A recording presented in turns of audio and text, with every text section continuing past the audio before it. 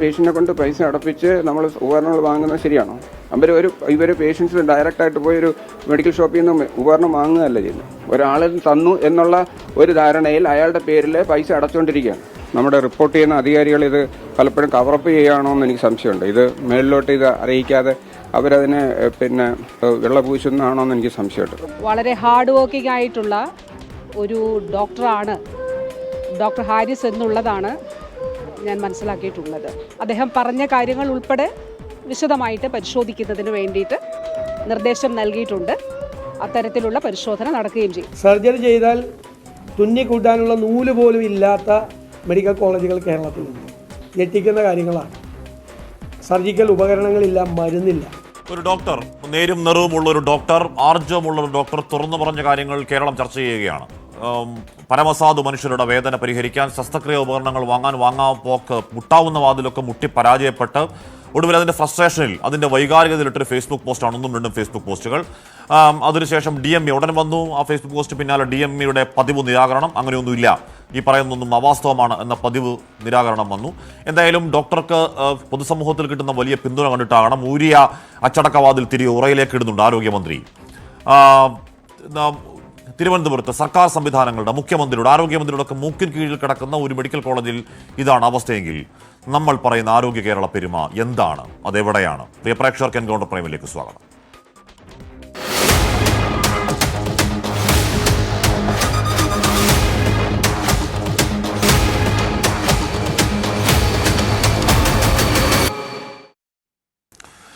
Doctor Haris Hasan, Shri K Anilkumar, doctor Jindo John, Shri M N Karassery, doctor Rosanara Begum, KGMCT പ്രതിനിധികൾ ചർച്ച ചെയ്തിരുന്നു. ആദ്യം ഞാൻ ശ്രീ ഡോക്ടർ ഹാരിസിലേക്ക് പോകുന്നു. ഡോക്ടർ ഹാരിസ്, ഇന്ന് രാവിലെ നമ്മൾ രാവിലെ 10 മണിക്ക് ഈ വാർത്ത കൊടുക്കുമ്പോൾ എൻ്റെ ഫോണിലേക്ക് വാട്സാപ്പിലും ഇൻസ്റ്റാഗ്രാമിലും ഫേസ്ബുക്കിലുമായി വന്ന കുറേയധികം മെസ്സേജുകൾ ഒന്നും മാത്രം ഞാൻ വായിക്കാം. സാറ് പറഞ്ഞ 100% സത്യമാണ്. എൻ്റെ ഭർത്താവിനെയും കൊണ്ട് ഞാൻ കല്ലെടുക്കാൻ വേണ്ടി ഹോസ്പിറ്റലിൽ ചെന്നപ്പോൾ എല്ലാ സാധനങ്ങളും എന്നെ കൊണ്ട് പുറത്തുനിന്ന് വാങ്ങിപ്പിച്ചു.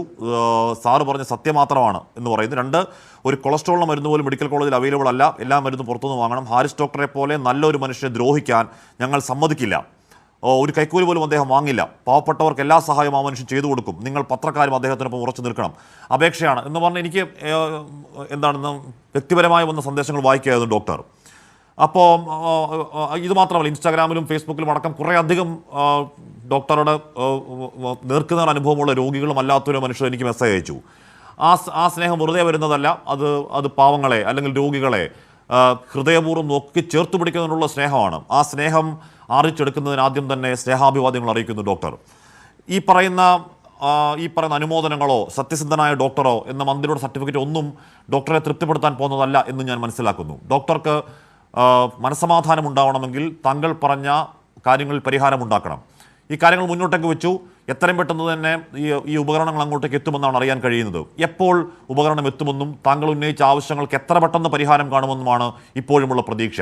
ഡോക്ടർ ഹാരിസ്, ഇത് എന്തായാലും ബഹുമാനപ്പെട്ട മിനിസ്റ്റർ പറഞ്ഞത് എനിക്ക് വളരെ പ്രോത്സാഹനകരമായിട്ട് തോന്നുന്നുണ്ട്. അത് മന്ത്രിയുടെ വാക്കുകളെ ഞാൻ വിശ്വസിക്കുകയാണ്. എത്രയും പെട്ടെന്ന് ഇത് ഉപകരണങ്ങൾ എത്തും എന്നും ഓപ്പറേഷൻ തടസ്സമില്ലാതെ നടത്താൻ പറ്റും എന്ന് തന്നെയാണ് എൻ്റെ വിശ്വാസം. ഡോക്ടർ ഹാരിസ് ഹസൻ, ഇത് താങ്കൾ അത് പുറത്തു പറയണമെങ്കിൽ ഒരു ആർജവം ഉണ്ടായാൽ മതിയാവുകയുള്ളൂ. ഇപ്പോൾ പല മെഡിക്കൽ കോളേജുകളിലും പല സർക്കാർ ആശുപത്രിയിലും പ്രശ്നമുണ്ടാകാം. അത് പുറത്തു പറഞ്ഞാൽ ഈ പറയുന്ന സർവീസ് ചട്ടം അല്ലെങ്കിൽ അച്ചടക്ക നടപടിയുടെ വാള് ഇപ്പോൾ താങ്കൾ തന്നെ ഒരുപക്ഷെ നടപടി ഉണ്ടാവുന്നെങ്കിൽ ഉണ്ടായിക്കോട്ടെ എന്നൊരു ആർജവത്തിൽ പുറത്തേക്ക് പറയുന്നത് ആണല്ലോ. അങ്ങ് ദീർഘകാലം സർവീസിലുള്ള ആളാണ്. ഇത് അങ്ങയുടെ സർവീസ് കാലയളവിൽ ഈ അനുഭവം ഇതാദ്യമായി ഉണ്ടാവുന്നതാണോ ഡോക്ടർ ഹാരിസ് ഹസൻ?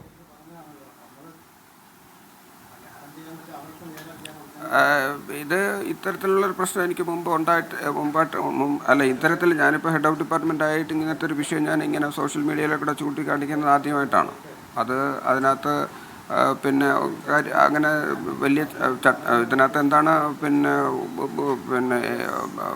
അതിനകത്തുണ്ടാകുന്ന പ്രശ്നങ്ങൾ എന്നുള്ളത് എനിക്ക് ഒരു പരിധിവരെ എനിക്ക് ഊഹിക്കാൻ കഴിയും. പക്ഷേ അതിനേക്കാൾ ഉപരി ഈ പ്രശ്നങ്ങൾക്കൊരു പരിഹാരം ഉണ്ടാകണം എന്നുള്ളതാണ്. ഞാൻ എൻ്റെ വ്യക്തിപരമായിട്ടുള്ള ബുദ്ധിമുട്ടുകളെക്കാളും ഞാൻ കൂടുതൽ ബലം കൊടുക്കുന്നത് രോഗികൾക്കുള്ള പ്രശ്നങ്ങൾക്ക് വേണ്ടിയിട്ടാണ്. അപ്പോൾ അവരുടെ പ്രശ്നങ്ങൾ പരിഹരിച്ചു കഴിഞ്ഞാൽ ഇത് എനിക്ക് വേറെ വിഷമങ്ങളില്ല. പിന്നെ അതിനകത്തുണ്ടാകുന്ന എനിക്കുണ്ടാകുന്ന പേഴ്സണൽ പ്രശ്നങ്ങൾ എന്താണെന്നുള്ളതിനേക്കാൾ ഉപരി മറ്റ് ജനങ്ങളുടെ പ്രശ്നങ്ങൾ പരിഹരിക്കട്ടെ. ഡോക്ടർ ഹാരിസ്, ഞാൻ ചോദിച്ചത് താങ്കൾ ഫേസ്ബുക്കിൽ ഇട്ട അനുഭവത്തെക്കുറിച്ചല്ല.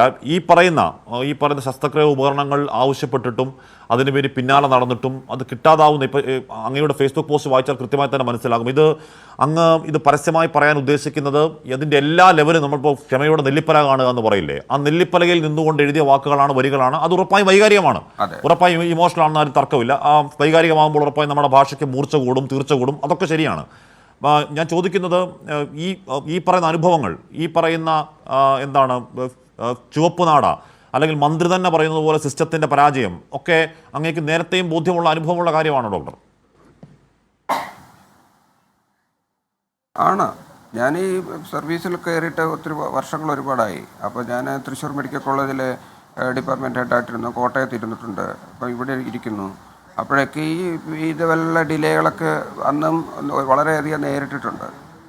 അപ്പോൾ അന്നൊന്നും ഇതുപോലെ സോഷ്യൽ മീഡിയ ഒന്നും അങ്ങനത്തെ ഒരു ടെക്നോളജി ഇല്ലാത്തതുകൊണ്ട് നമ്മുടെ ശബ്ദം കേൾക്കാൻ ആരും തയ്യാറായിരുന്നില്ല. നമ്മളിപ്പോൾ എങ്ങനെയാണ് ഇപ്പോഴാണ് നമുക്ക് സോഷ്യൽ മീഡിയയിൽ കൂടെയൊക്കെ ഇതിനൊരു നമ്മൾ പ്രതികരിക്കാൻ പറ്റുന്ന ഒരു കാലഘട്ടം എത്തിയത്. അപ്പോൾ നമുക്കതിനെ പറ്റി അങ്ങനെ ഞാനത് അധികാരികളുടെ ശ്രദ്ധയിൽ വരെ എത്തട്ടെ എന്നുള്ള രീതിയിൽ നമ്മളത് ഫേസ്ബുക്കിൽ അതിനെപ്പറ്റി എഴുതിയതാണ്. ഡോക്ടർ ഹാരിസ്, ഇത് ഇവിടെ പ്രശ്നപരിഹാരത്തിന് ആദ്യം ഉണ്ടാവേണ്ടത് എന്താണ്? പ്രശ്നമുണ്ടെന്ന് അംഗീകരിക്കലാണ്, അല്ലേ? അപ്പോൾ ഈ ഡി എം ഇ പറയുന്നത്, താങ്കൾ പറയുന്നു 4-ൽ 3 ശസ്ത്രക്രിയ മുടങ്ങിയും താങ്കൾ പറയുമ്പോൾ 4-ൽ 1 ശസ്ത്രക്രിയ മാത്രമേ മുടങ്ങിയിട്ടുള്ളൂ എന്ന് ഡി എം ഇ പറയുകയാണ്. ഇപ്പോൾ ശസ്ത്രക്രിയ മുടങ്ങിയ രോഗികൾ എവിടെയും പോകുന്നില്ലല്ലോ, അവരവിടൊക്കെ തന്നെ ഉണ്ടാവുമല്ലോ, ആർക്ക് പോയാലും അന്വേഷിച്ചാൽ കണ്ടെത്താവുന്നതാണല്ലോ. എന്തിനാണ് ആ കവറപ്പ് ഡോക്ടർ? അല്ല, അതാണ് ഞാനും ചോദിക്കുന്നത്. എന്തിനാണ് ഈ കവറപ്പ് ചെയ്യുന്നത്? നമ്മൾ സത്യമാണെന്ന് അംഗീകരിച്ചു കഴിഞ്ഞാൽ തന്നെ പ്രശ്നത്തിന് പകുതി പരിഹാരമായി. അപ്പോൾ നമ്മളത് അപ്പോഴും അതും കവറപ്പ് ചെയ്യുക എന്ന് പറയുമ്പോഴാണ് നമുക്ക് പ്രശ്നങ്ങൾ കൂടുതൽ അത് അങ്ങനെ പ്രശ്നങ്ങളായിട്ട് തന്നെ അവശേഷിക്കുന്നത്. അത് നമുക്കത് പരിഹരിച്ചു കഴിഞ്ഞാൽ അത് അംഗീകരിച്ചു കഴിഞ്ഞാൽ അതിൻ്റെ പ്രശ്നത്തിന് നമുക്ക് പരിഹാരം തേടാൻ പറ്റും. എന്താണ് അതിനകത്തുള്ള പ്രശ്നം എന്ന് അദ്ദേഹത്തിന് എന്നോട് ചോദിക്കുക, അല്ലെങ്കിൽ അദ്ദേഹത്തിന് ഡിപ്പാർട്ട്മെൻറ്റിൽ വന്ന് അതിന് കാര്യങ്ങൾ അന്വേഷിക്കും. അദ്ദേഹം ഈ തിരുവനന്തപുരം മെഡിക്കൽ കോളേജിൽ തന്നെ ഉള്ള ആളാണ്, അദ്ദേഹത്തിന് ഇവിടുത്തെ എല്ലാ കാര്യങ്ങളും അറിയാം. അപ്പോൾ അദ്ദേഹത്തിന് ഇതിന് പ്രശ്നങ്ങൾ പരിഹരിക്കാൻ ഉള്ള നടപടികൾ എടുക്കാവുന്നതേ ഉള്ളൂ. അപ്പം ഇതാദ്യം നമ്മൾ കവറപ്പ് ചെയ്യാതിരിക്കുന്നതാണ് നല്ലത്. കാരണം അത് ഒരു ഓപ്പറേഷൻ മുടങ്ങിക്കഴിഞ്ഞാൽ അത് ഇനി അടുത്തുള്ള ദിവസങ്ങളിലും അത് തുടർച്ചയായിട്ട് മുടങ്ങുന്ന അങ്ങനെയാണ് സംഭവിക്കുക. അപ്പോൾ അത് അന്ന് ഒരു ദിവസം മുടങ്ങി, ഇനി അടുത്ത ദിവസങ്ങളിൽ മുടങ്ങും. അപ്പോൾ എത്രയും പെട്ടെന്ന് നമുക്ക് ഇതിനൊക്കെയുള്ള എക്യുപ്മെൻറ്റ്സ് നമുക്ക് പെട്ടെന്ന് എത്തിച്ചേരുക എന്നുള്ളതാണ് ചെയ്യേണ്ടത്. അല്ലാതെ നമ്മൾ എണ്ണം പറഞ്ഞ് പരസ്പരം അങ്ങോട്ട് തർക്കിച്ചിട്ട് കാര്യമില്ല. ശരി ഡോക്ടർ, ഇനിയിപ്പോൾ ഡി എം ഇ പറയുന്ന 1 ആണെന്ന് വെക്കൂ. ശരി, ഇപ്പോൾ ഇനി ഡി എം ഇ പറയുന്ന 1 ആണ് എന്ന് വെക്കൂ, വാദത്തിന് വെക്കൂ. ഡോക്ടർ, ഈ താങ്കൾ ചികിത്സിക്കുന്ന യൂറോളജി ആണ്, മൂത്രസംബന്ധമായ പ്രശ്നങ്ങളുണ്ട്, കിഡ്നി സ്റ്റോൺ അടക്കമുള്ള പ്രശ്നങ്ങളുണ്ട്. ഇതിനൊക്കെ അങ്ങേയറ്റത്തെ ഒരു മനുഷ്യന് താങ്ങാൻ കഴിയാത്ത കിഡ്നി സ്റ്റോണൊക്കെ മൂർച്ഛിച്ച് കഴിഞ്ഞാൽ, അതിന് ശസ്ത്രക്രിയ പോയി കഴിഞ്ഞാൽ വല്ലാത്ത വേദനയല്ലേ? ഞാൻ പറയുന്നത്, ഇപ്പോൾ താങ്കളുടെ മകൻ്റെ പ്രായമുള്ള ഒരു പയ്യനെ പറ്റി പറയുന്നുണ്ട്. ഞാൻ മനസ്സിലാക്കുന്നത് അവൻ പരീക്ഷ അതിനിടയ്ക്ക് വേദന അനുഭവിച്ചുകൊണ്ട് പരീക്ഷ എഴുതുന്നു, പിന്നെയും വരുന്നു, കൊടിയ വേദനയിൽ പിന്നെയും തുടരുന്നു. ഞാൻ പറഞ്ഞ ഡോക്ടർ അഡ്രസ്സ് ചെയ്യുന്നത് ഈ യുവാക്കൾ, അല്ലെങ്കിൽ അങ്ങയുടെ മകൻ എൻ്റെ പ്രായമുള്ള മറ്റൊരു യുവാവ് അനുഭവിക്കുന്ന കൊടിയ വേദനയാണ് എന്ന സീരിയസ്നെസ്സിൽ ആരെങ്കിലും കാണാത്ത പക്ഷം ഡോക്ടർ, ഈ രോഗികളുടെ അവസ്ഥ, ഈ ഓപ്പറേഷൻ വൈകിയാലുള്ള അവസ്ഥ എന്താണ്? അവരനുഭവിക്കുന്ന വേദന എങ്ങനെയാണ്? അല്ലാതെ നമുക്ക് തന്നെ അറിയാമല്ലോ. നമുക്കിപ്പോൾ ഒരു ബുദ്ധിമുട്ട് തോന്നിക്കഴിഞ്ഞാൽ നമുക്ക് എത്രയും പെട്ടെന്ന് അതിനുള്ള പരിഹാരം വേണമല്ലോ. അത് എത്രയും പെട്ടെന്ന് ആ അസുഖത്തിൽ നിന്ന് മുക്തനാകാനുള്ള ശസ്ത്രക്രിയ ആണെങ്കിൽ ശസ്ത്രക്രിയ, മരുന്നുകളാണെങ്കിൽ മരുന്നുകൾ. അപ്പോൾ നമുക്ക് അഡ്മിറ്റ് ചെയ്ത് ചെയ്യാൻ പറ്റുമെന്ന് പറഞ്ഞു കഴിഞ്ഞാൽ ഉപകരണങ്ങളില്ല, അത് നമ്മൾ ഓപ്പറേഷൻ മുടങ്ങി നമുക്ക് കൂടുതൽ അവർക്ക് ചെയ്യാൻ പറ്റുന്ന മരുന്നുകൾ ഉപയോഗിച്ച് അവരുടെ വേദനയൊക്കെ നിയന്ത്രിച്ച് കൊടുക്കുക, ഉപകരണം വരുന്നവരെ അവരെ നമുക്ക് നിരീക്ഷിക്കുക എന്നുള്ളത് മാത്രമേ പറ്റുള്ളൂ. ശ്രീ ഹാരിസ് ഹസൻ, ഇവിടെ താങ്കൾ പറഞ്ഞു, ഇപ്പോൾ ഈ പറയുന്ന ഉപകരണങ്ങൾ ഉപയോഗിച്ചുകൊണ്ട് കഴിഞ്ഞ വർഷത്തെ ശസ്ത്രക്രിയയുടെ കണക്കെടുത്താൽ ചെറുതല്ലാത്ത ഓപ്പറേഷൻ അവിടെ നടന്നു. ഇപ്പോൾ ഇന്ന് ആരോഗ്യമന്ത്രിയും ആ കണക്കിനെ പറ്റി പറയുന്നുണ്ട്. അതിൻ്റെ അർത്ഥം ആ ഉപകരണം ഇല്ലാതാവുന്നതിലൂടെ, അല്ലെങ്കിൽ ആ ഉപകരണത്തിൻ്റെ ആക്സസറീസ് ഇല്ലാതാവുന്നതിലൂടെ, അല്ലെങ്കിൽ അതിൻ്റെ മെയിൻ്റനൻസ് ഇപ്പോൾ ഇൻഎഫക്റ്റ് ആ ഉപകരണം പ്രവർത്തിപ്പിക്കാൻ കഴിയാത്ത സാഹചര്യം ഉണ്ടാകുമ്പോൾ എത്ര ശസ്ത്രക്രിയ നടന്നോ അത്ര ശസ്ത്രക്രിയ നടക്കുന്നില്ല എന്നുകൂടി അതിനർത്ഥമില്ലേ ഡോക്ടർ ഹാരിസ് ഹസൻ? അതിനകത്ത് ചെയ്യുന്നതെന്ന് പറഞ്ഞു കഴിഞ്ഞാൽ ഞങ്ങൾ എല്ലാ പ്രാവശ്യവും ചെയ്യാൻ കഴിയുന്നതിനേക്കാൾ കൂടുതൽ ഓപ്പറേഷനുകൾ ഉൾപ്പെടുത്താറുണ്ട്. കാരണം ഏതെങ്കിലും പേഷ്യൻസ് ഇതുപോലെ അവരുടെ ശാരീരികമായിട്ടുള്ള ബുദ്ധിമുട്ടുകൾ കാരണം ഓപ്പറേഷൻ മാറിപ്പോവുകയോ ഉപകരണങ്ങളുടെ പ്രശ്നങ്ങൾ കാരണം മാറിപ്പോവുകയോ ചെയ്തു കഴിഞ്ഞാൽ ആ സമയം നമ്മൾ പിന്നെ വേസ്റ്റ് ആക്കാതിരിക്കാൻ വേണ്ടി അടുത്ത ഓപ്പറേഷൻ, കാരണം നിരന്തരം പേഷ്യൻസ് ഒരുപാട് പേര് വരുന്നവരാണ്. അപ്പോൾ ഈ സമയം നമുക്ക് ഫലപ്രദമായിട്ട് വിനിയോഗിക്കണം. വേണമെങ്കിൽ നമുക്ക് ഉപകരണം കേടാണ്, ഇന്ന് ഓപ്പറേഷൻ ഒന്നും ഇല്ല എന്ന് പറഞ്ഞ് ഞങ്ങൾക്ക് എല്ലാവർക്കും ഇറങ്ങി നേരത്തെ ഓപ്പറേഷൻ തിയേറ്ററിൽ നിന്ന് പോവാം. പക്ഷെ അതല്ലല്ലോ ശരി. അതുകൊണ്ട് നമ്മൾ ഒരെണ്ണം ഓപ്പറേഷൻ മുടങ്ങിയാൽ മറ്റ് ഓപ്പറേഷനുകൾ, മറ്റ് സംവിധാനങ്ങൾ ചെയ്യാവുന്ന ഓപ്പറേഷനുകൾ നമ്മൾ എന്തായാലും അത് ചെയ്യും. അതിന് വേണ്ടിയിട്ടാണ് നമ്മൾ ഓപ്പറേഷനിലെ ലിസ്റ്റുകളിൽ എണ്ണത്തിൽ കൂടുതൽ പേഷ്യൻസ് എല്ലാ പ്രാവശ്യവും ഇടുന്നത്. ഒരു പേഷ്യൻറ്റിൻ്റെ മുടങ്ങിയാൽ നമ്മൾ മറ്റ് ചെയ്യും. അപ്പോൾ ടോട്ടൽ കൗണ്ട് നമ്മൾ നോക്കിയിട്ട് കാര്യമില്ല. ആ പർട്ടിക്കുലർ ഓപ്പറേഷൻ നടക്കുന്നില്ല എന്നുള്ളത് തന്നെയാണ് നമുക്ക് സീരിയസ് ആയിട്ട് കാണേണ്ട വിഷയം. അതിന് എന്ത് ചെയ്യാൻ പറ്റും? അല്ലാതെ മൊത്തം ഓപ്പറേഷൻ ഇത്ര നടന്നല്ലോ എന്നല്ല. ഒരു രോഗിക്ക് രോഗിക്ക് ഉണ്ടാകുന്ന ബുദ്ധിമുട്ട് പോലും അത് വളരെ സീരിയസ് ആയിട്ടുള്ള വിഷയമാണ്. അത് ഒരാളിൻ്റെ, ആ വ്യക്തിയുടെ, അയാളെ സംബന്ധിച്ച് അതാണ് അയാൾക്ക് ഏറ്റവും ബുദ്ധിമുട്ടുണ്ടാക്കുന്ന വിഷയം. അത് ചെയ്യേണ്ടത് അത് കൃത്യസമയത്ത് ചെയ്യണം. അത് നമുക്ക് ഇനിയും ആ ഉപകരണങ്ങൾ വന്നാലേ നമുക്കത് ചെയ്യാൻ പറ്റുകയുള്ളൂ. അപ്പോൾ അതിന് നമുക്ക് എത്ര അടിയന്തരമായിട്ട് അത് ചെയ്തു തരികയാണ് വേണ്ടത്. അല്ലാതെ നമുക്ക് മറ്റ് കണക്കുകൾ പറഞ്ഞാൽ അന്ന് വേറെ കുറേ ഓപ്പറേഷൻ ചെയ്തില്ലേ എന്ന് പറയുമ്പോൾ എങ്ങനെയാണ് ഇയാളുടെ വേദന മാറുന്നത്? ഇയാളുടെ ബുദ്ധിമുട്ട് അങ്ങനെ തന്നെ നിൽക്കുകയല്ലേ. ഡോക്ടർ, ഇപ്പോൾ ഡോക്ടർ പറയുന്നുണ്ടായിരുന്നു, ഇപ്പോൾ ഒരു വ്യക്തിയുടെ സർജറിക്ക് പലവിധമായി 12ഓളം ഉപകരണങ്ങൾ പല രീതിയിൽ വേണ്ടിവരുന്നു. ഇതിലേതെങ്കിലും ഒരു ഉപകരണത്തിൻ്റെ ഏതെങ്കിലും ഒരു പാർട്ട് ഇല്ലാതായി കഴിഞ്ഞാൽ ആ ശസ്ത്രക്രിയ മുടങ്ങും, ഇന്നഫക്റ്റ് ആ ശസ്ത്രക്രിയ മുടങ്ങുന്ന സാഹചര്യം ഉണ്ടാവുക. അതേസമയം തന്നെ ആ ഉപകരണത്തിന് ബാക്കി എല്ലാ സംവിധാനങ്ങളും ഉണ്ട് താനും. ഇപ്പോൾ ഒരു കോഡോ ഒരു ട്യൂബോ, ഇപ്പോൾ താങ്കൾ തന്നെ ഇപ്പോൾ ഈ 30 ഡിഗ്രി ടെലസ്കോപ്പിനെ പറ്റി പറയുന്നുണ്ടായിരുന്നു. അത് ഈ പറഞ്ഞ സാങ്കേതിക വിഭാഗത്തിൽപ്പെട്ട ആരോ ഒരാൾ കുത്തി ഓടിച്ചതാണെന്നൊക്കെ ഒരു കേസൊക്കെ ഇടയ്ക്ക് വന്നാണ്. അതിൻ്റെ മുന്നോട്ടുള്ള പോക്ക് എങ്ങനെയാണെന്ന് എനിക്കറിയില്ല. ഡോക്ടർ, അങ്ങനെയും ഇപ്പം ഈ പറയുന്ന ഉന്തിൻ്റെ കൂടെ തള്ളെന്ന് പറയുന്ന മട്ടിൽ അങ്ങനെയും ഒരു പ്രശ്നം അവിടെ ഉണ്ടോ? അങ്ങനെ മനഃപൂർവ്വം ഉപകരണങ്ങൾ കേടാക്കുക എന്നാരെങ്കിലും ലക്ഷ്യം വെച്ച് പ്രവർത്തിക്കുന്നുണ്ടോ ഡോക്ടർ? ഒരിക്കലും ഇല്ല. അങ്ങനെ ഒരു ഉപകരണങ്ങൾ തനിയെ അങ്ങനെ ഒരു ഡോക്ടറും ഒരു പണിക്കാരനും അവരുടെ ഉപകരണങ്ങൾ, ഒരു മേശരിയാകട്ടെ ഒരു കൽപ്പണിക്കാരനാകട്ടെ, അവരുടെ ഉപകരണങ്ങൾ എത്ര പവിത്രമായിട്ട് കാണുന്നുവോ അതുപോലെ പവിത്രമായിട്ടാണ് ഒരു ഡോക്ടറും അദ്ദേഹം ഉപയോഗിക്കുന്ന ഉപകരണങ്ങൾ കാണുന്നത്. അത് തൂത്ത് തുടച്ച് വൃത്തിയാക്കി എങ്ങനെ സംരക്ഷിക്കുക എന്നുള്ളതാണ്. ഇത് ദുരാരോപണമായിരുന്നു. അത് ആരോ തെറ്റിദ്ധരിപ്പിച്ചതാണ്. അത് മനുഷ്യാവകാശ കമ്മീഷൻ അത് കേസാക്കി. അത് ഞാൻ അദ്ദേഹത്തിന് കാര്യങ്ങൾ അതിനെപ്പറ്റി വിശദമായിട്ട് അതിൻ്റെ ഡീറ്റെയിൽസ് കൊടുത്തു. ഈ കേടായി എന്ന് പറയുന്ന ഉപകരണം അത് യഥാർത്ഥത്തിൽ അത് ആരും കേടാക്കിയതല്ല എന്ന് അതിൻ്റെ എക്സ്പെർട്ട് കമ്മിറ്റി അത് എൻക്വയറിയിൽ കണ്ടെത്തുകയും ആ ഉപകരണം അത് മാനുഫാക്ചറിങ് ഡിഫക്റ്റ് ആണെന്ന് പറഞ്ഞ് അതിൻ്റെ കമ്പനി സർവീസ് അത് പ്രൊവൈഡ് ചെയ്ത കമ്പനി തന്നെ തിരിച്ചു കൊണ്ടുപോയി അത് റിപ്പയർ ചെയ്ത് തിരിച്ചു തരികയും ദീർഘനാളത് ഉപയോഗിക്കുകയും ചെയ്തതാണ്. അങ്ങനെ ആ ഒരു വിഷയത്തിൽ യാതൊരു കഴമ്പുമില്ല. അങ്ങനെ മനഃപൂർവ്വം ഉപകരണം കേടാക്കുന്ന ഒരു ഡോക്ടർമാരും ഇന്ന് മെഡിക്കൽ കോളേജിലില്ല. അതൊക്കെ വെറുതെ പറയുന്നതാണ്. അങ്ങനെയൊന്നും ആരും കാരണം ഇത് ഇത്രയും ബുദ്ധിമുട്ടി കിട്ടുന്ന ഒരു ഉപകരണം എങ്ങനെയെങ്കിലും സംരക്ഷിക്കുക, എത്ര മാക്സിമം യൂട്ടിലൈസ് ചെയ്യുക എന്നുള്ളത് മാത്രമേ ഉള്ളൂ. പിന്നെ ഇതിൻ്റെ എന്തുകൊണ്ട് ഇതിൻ്റെ ലൈഫ് സ്പാൻ കുറയുന്നു എന്ന് ചോദിക്കുമ്പോൾ ഇതൊരു ടീച്ചിങ് ഇൻസ്റ്റിറ്റ്യൂഷനാണ്. നമ്മളൊരു ഡ്രൈവിംഗ് സ്കൂളിലെ ബസ് അല്ലെങ്കിൽ കാറ് എങ്ങനെയാണ് ഡ്രൈവിംഗ് സ്കൂളിലെ കുട്ടികൾ ഉപയോഗിക്കുന്നത്, അപ്പം അതുപോലെ നമുക്ക് ഒരുപാട് PG വിദ്യാർത്ഥികളെ നമ്മൾ പഠിപ്പിക്കുകയും വേണം, അവർക്ക് സർജറി ചെയ്ത് പഠിക്കുകയും വേണം. അപ്പോൾ അവർ കൂടെ ചെയ്ത് കേസ് ചെയ്യുമ്പോൾ നമ്മൾ പലരും ഉപയോഗിക്കുമ്പോഴേക്കും തീർച്ചയായിട്ടും അതിന് ഉപകരണത്തിൻ്റെ കാലാവധി കുറയും. അത് ഒരു ഫാക്റ്റ് തന്നെയാണ്. അതിപ്പോൾ അല്ലാതെ ഒരു സ്വകാര്യ ആശുപത്രിയിൽ ഒരു ഡോക്ടർ സ്വന്തം ഉപകരണങ്ങൾ ദീർഘനാൾ ഉപയോഗിക്കുന്നത് പോലെ ഒരു മെഡിക്കൽ കോളേജിൽ ഒരിക്കലും നടക്കില്ല. കാരണം ഇത് പല ഡോക്ടർമാരാണ്, പല ടെക്നീഷ്യന്മാരും സപ്പോർട്ടിംഗ് സ്റ്റാഫുണ്ട്, പിന്നെ കൂടുതൽ PG വിദ്യാർത്ഥികൾ വരുന്നുണ്ട്. അപ്പോൾ അവർക്ക് നല്ല ട്രെയിനിങ് കൊടുക്കണം. അവർക്ക് കേസുകൾ ചെയ്തും അസിസ്റ്റ് ചെയ്തും ഒക്കെ പഠിച്ചെങ്കിലേ അവർക്കും നാളെ വെളിയിലിറങ്ങുമ്പോഴേക്കും സ്വന്തമായിട്ട് കേസുകൾ ചെയ്യാൻ പറ്റത്തുള്ളൂ. അപ്പോൾ അതിന് തീർച്ചയായിട്ടും അങ്ങനെ ആ ലൈഫ് സ്പാൻ, അതിൻ്റെ ഉപകരണങ്ങളുടെ ലൈഫ് സ്പാൻ കുറയും. പിന്നെ ഇപ്പോഴത്തെ പുതിയതായിട്ട് വരുന്ന ഉപകരണങ്ങൾക്കൊക്കെ അങ്ങനെ തന്നെയാണ്. പലതിനും ലോക്ക് സിസ്റ്റം ഉണ്ട്. ഒരു പർട്ടിക്കുലർ കേസിൻ്റെ നമ്പർ കഴിയുമ്പോൾ അത് ഓട്ടോമാറ്റിക്കായിട്ട് അത് കേടാവും, അല്ലെങ്കിൽ അത് പ്രവർത്തനരഹിതമാകും. അങ്ങനെയാണ് പുതിയ ലോക്കിംഗ് സിസ്റ്റത്തിൽ വരുന്നത്.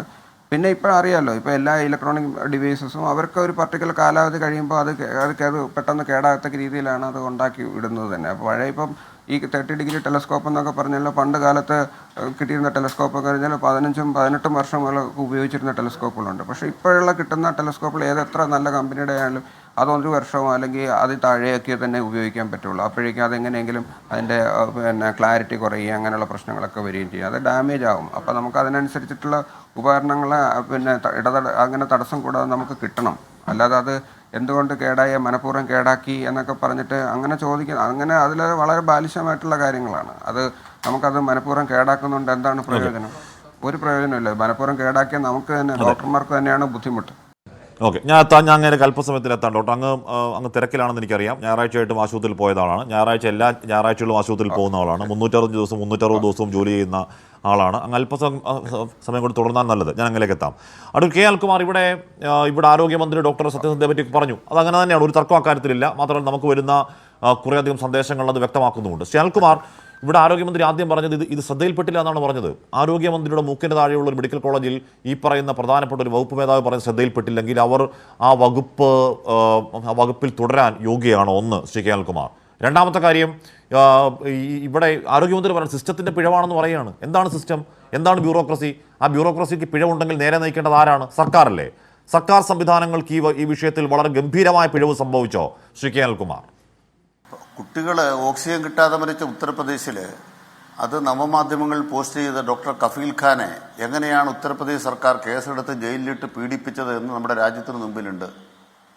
ഇവിടെ ഒരു മന്ത്രി, ബഹുമാനപ്പെട്ട ഡോക്ടർ ഹാരിസ് ഹസനെ, അദ്ദേഹം ഏറ്റവും സമർപ്പിത മനസ്കനായി ചെയ്യുന്ന മാതൃകാ ഡോക്ടറാണ് എന്ന് ചൂണ്ടിക്കാട്ടിക്കൊണ്ടാണ് അദ്ദേഹം ഈ കാര്യങ്ങൾ ഉന്നയിക്കുമ്പോൾ അദ്ദേഹത്തിനുണ്ടായ വിഷമങ്ങൾ എങ്ങനെയാണ്, അത് എങ്ങനെയാണ് ഒരു സ്ഥാപനത്തിൽ നിയമാനുസരണം പ്രവർത്തിക്കുമ്പോൾ ഉദ്യോഗസ്ഥ സംവിധാനം ഉൾപ്പെടെയുള്ളിടത്ത് പ്രശ്നങ്ങളായത് എന്ന് കൃത്യമായി പഠിച്ച് കൃത്യമായി വിവരം പറയുമെന്ന് തന്നെയാണ് വ്യക്തമാക്കിയിരിക്കുന്നത്.